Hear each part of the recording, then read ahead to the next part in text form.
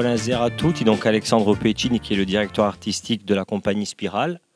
Plusieurs spectacles qui ont été donc montés, Roméo et Juliette, Une rencontre, L'enseigneur, Davia et donc T-Rex. Alors pourquoi avoir monté en fin de compte cette légende qui est, on va dire, assez peu connue je encore? disais oui, justement parce qu'elle n'est pas très connue et que donc je trouvais que c'était intéressant de la faire connaître. D'autant que ceux qui croient la connaître n'y connaissent rien aussi. Enfin, vous voyez, c'est voilà. Et puis parce que Davia, je la trouve très touchante parce que elle est je dirais la première féministe, une des premières féministes en tout cas, qui en plus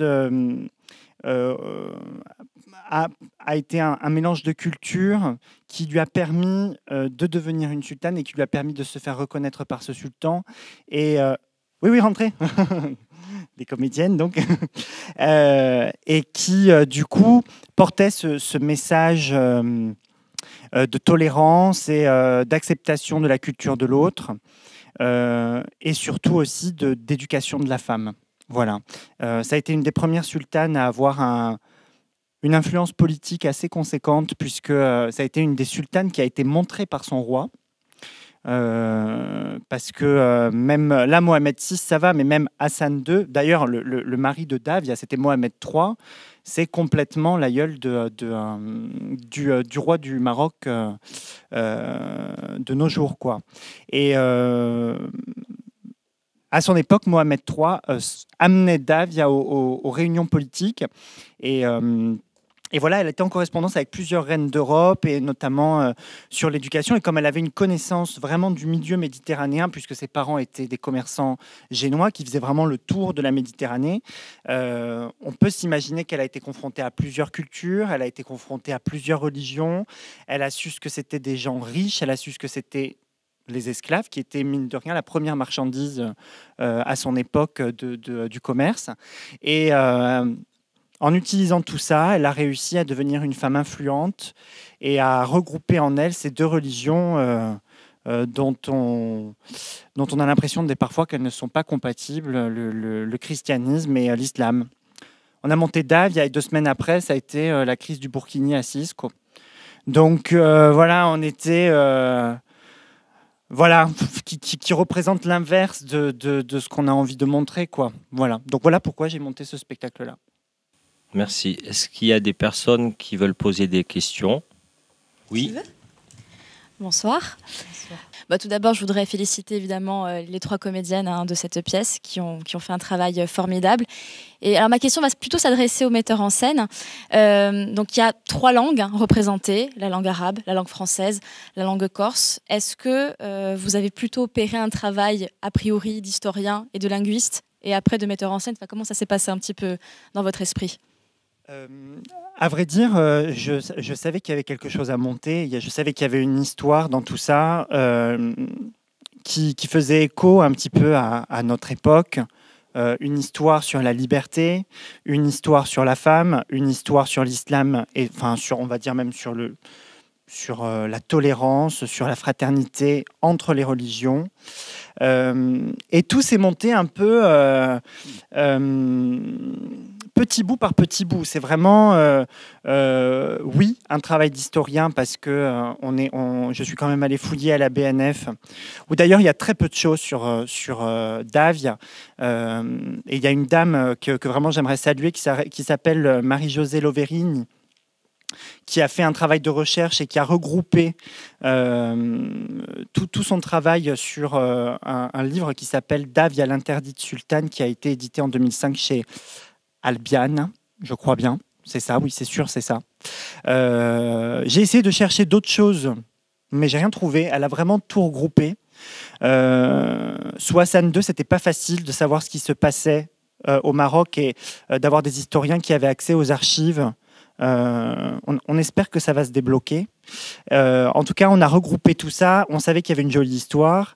Davia est née en 1755, qui est l'année de la libération de la Corse, l'année de la première constitution démocratique, je dirais moderne. Donc c'était il y avait quelque chose de fou de voir que là où toute la Corse allait être libre, elle, non, elle allait se retrouver enfermée au harem. Et puis, donc, je savais que je voulais mélanger les cultures. J'avais très, très envie de travailler avec Marie-Ange depuis longtemps. On n'en avait pas eu l'occasion. Et je savais que je voulais des chants corses. Ça faisait longtemps aussi que j'avais envie de travailler avec Hélène Roisin. Et je savais qu'elle était capable de jouer plein de choses. C'est une comédienne qui sait utiliser son corps, qui travaille sur la sincérité et sur la transformation du personnage. Et puis, j'ai rencontré Ibtissam par l'intermédiaire de Sherazade Danse qui m'a présenté Mayodi, qui était un des profs de Ibtissam. Et en fait, on a écrit vraiment avec Ibtissam toutes les parties chorégraphiées. On savait qu'on voulait faire quelque chose à double lecture pour que les enfants y trouvent leur compte, mais aussi les adultes, puisqu'on parle quand même d'une conversion à l'islam. Donc l'idée, c'était quand même de faire quelque chose, on aurait pu faire une vraie tragédie. On a décidé de faire ça sous la forme d'un conte initiatique, et puis grâce à la danse, avec Ibtissam, on a cherché des animaux qui pouvaient accompagner la danse, et en même temps, je me suis mis à l'islam.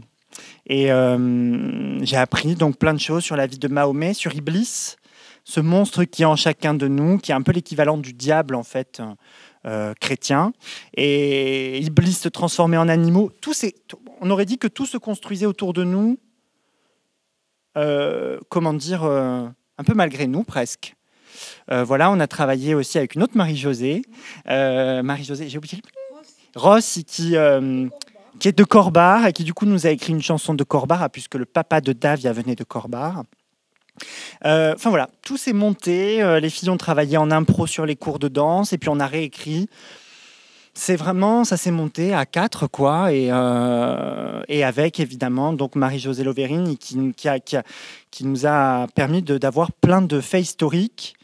Et du coup, on a, avec ces faits historiques-là, on a brodé autour, tout simplement, en se disant un peu que cette petite a dû être assez traumatisée d'être séparée de ses parents quand elle était jeune, et que on pouvait mettre plein de choses sur le compte du traumatisme et transformer ça en une espèce de rêve, un conte féerique qui pourrait remplacer ces souvenirs dramatiques. Est-ce qu'il y a d'autres questions? Oui.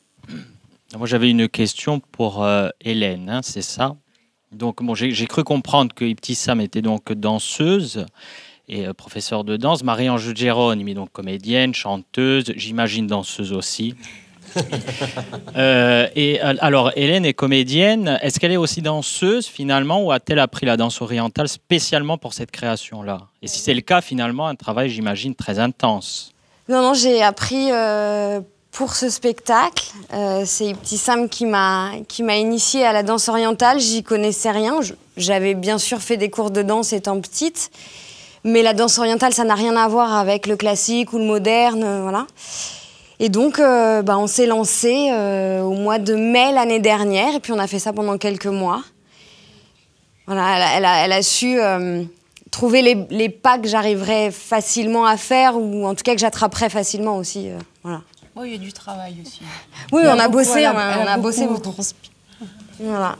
Et c'est une danse super chouette parce que, comme dit Ibtissam, on est vraiment sur le fil. C'est jamais de la vulgarité, c'est toujours de la féminité, de la sensualité, mais on n'est jamais vulgaire. Et c'est très terrien aussi. Il y a un peu de la danse africaine. On est beaucoup au sol, alors que la danse classique, on est plutôt dans l'élévation. Et voilà, c'est une danse qui est vraiment chouette, que je conseille à tout le monde, homme comme femme. Oui. Voilà. Est-ce qu'il y a d'autres questions? Les enfants, ça vous a plu? Oui. Bon. Volete domandare qualcosa? Le micro pour la demoiselle, s'il vous plaît. Lucia. Lucia. J'aimerais savoir quel âge elle a, Davia, quand elle se fait enlever par sa maman. Alors, quand elle se fait enlever à sa maman, Ouais, elle a 8 ans. d'accord. C'est en 1963. En 763, 1700. pardon. Donc elle n'a pas 208 ans. 208 ans. À partir de là, elle ne reverra sa maman que en 1791, lorsque son mari meurt. Elle a la possibilité de quitter le harem, puisque le fils de son mari, qui est le nouveau sultan, lui donne l'autorisation. Et là, en fait, elle sort du harem et donc elle en apprend un peu plus sur sa vie. Le sultan lui offre une maison qui est à Larache, qui est sur la côte atlantique du Maroc. Et là, elle arrive à faire venir sa maman qui la rejoint et elle apprend que son papa a tenté de la faire libérer, mais malheureusement, il n'y a pas réussi. Pourtant, il a essayé vraiment de se faire pistonner, on va dire, puisqu'il a même demandé à Pascal Paoli de lui filer un coup de main. Et Pascal Paoli aurait vraiment dit votre fille doit vivre son destin. Et malheureusement, son destin est loin d'ici. Et donc, il a pris un bateau, il est venu sur les côtes du Maroc, et là, il est mort de la peste. Et donc ensuite, Davia récupère cette maison à Larache, fait venir sa maman. Elle rencontre ses frères aussi. Enfin, un le connaissait déjà parce qu'il il est né avant qu'elle soit enfermée, mais il y avait un petit frère qu'elle ne connaissait pas. Et voilà. Et ensuite, malheureusement, elle meurt, elle aussi, de la peste. Elle est morte jeune, hein. En 99. 99. À 45 ans, 44 ans. 44 ans. Voilà. Pareil à Larache. Enfin, elle meurt dans la ville de Larache. Oui, c'est bizarre. Et voilà. Donc elle était très jeune, ça a dû être... Bon, pour l'époque, Tu as quel âge, 44 ans, ça allait, quoi. Enfin, c'était pas non plus... Oh, ouais, je sais pas. En 1755, 91, 44 ans, Mais la maman avait quand même... Elle était plus vieille. tu vois, la maman avait 70 ans. Mais la maman, elle était plus... Ouais. Elle tenait le coup, hein. Voilà. Et elle a eu une petite fille, mais qui est morte à 6 ans. Voilà.